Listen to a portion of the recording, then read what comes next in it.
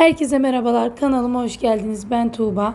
Bu videoda ister kahvaltıya ister akşam yemeğine hazırlayabileceğiniz harika bir tarif vereceğim. Ve ayrıca kabağı bundan sonra bu şekilde de bir denemenizi tavsiye ediyorum. 1 adet kabak ve 1 adet patatesi küçük küp küp doğrayacağım. Kabağı kızartmıyorum.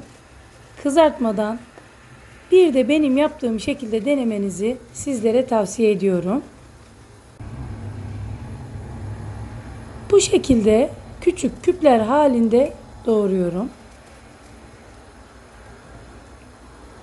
Kabağı doğradım. Patatesi de aynı şekilde doğruyorum. Özellikle kabağı sevmeyen küçüklere mutlaka bu tarifi deneyin. Kabağı da patatesi de doğradım. Ve daha önceden ocağa koyduğum kaynayan suyun içerisine 1 yemek kaşığı kadar tuz ekledim. Doğramış olduğum kabakla patatesi kaynayan suyun içerisinde bir 10 dakika haşlayacağım.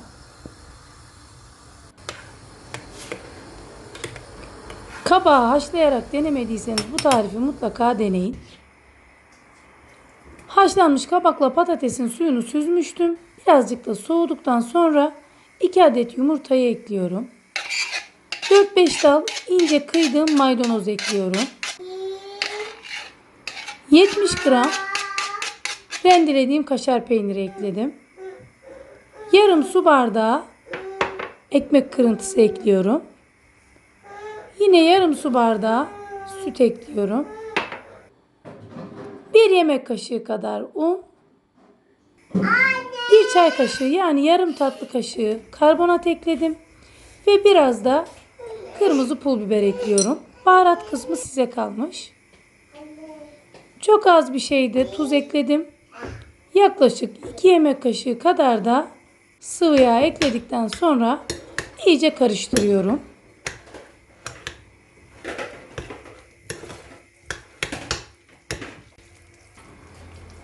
Tamamen karıştırdım.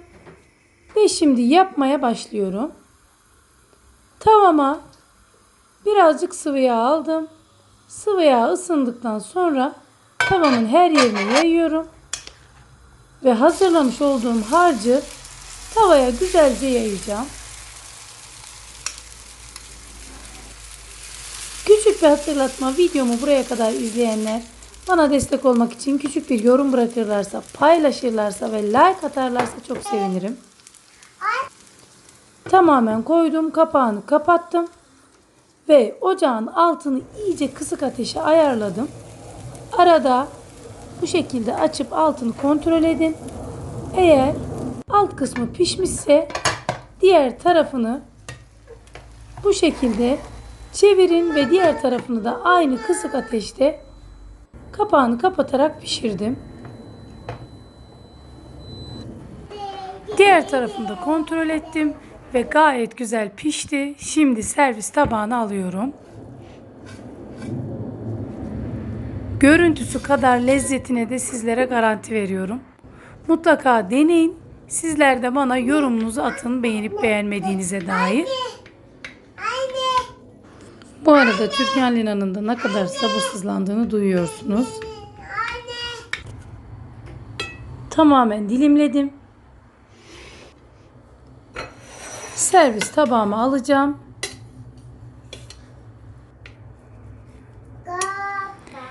Ve yine en güzel bölüm, final aşaması. Dediğim gibi yine benim konuşmama gerek yok. Zaten bu görüntü yapmış olduğum tarifin ne kadar lezzetli olduğunu ortaya koyuyor.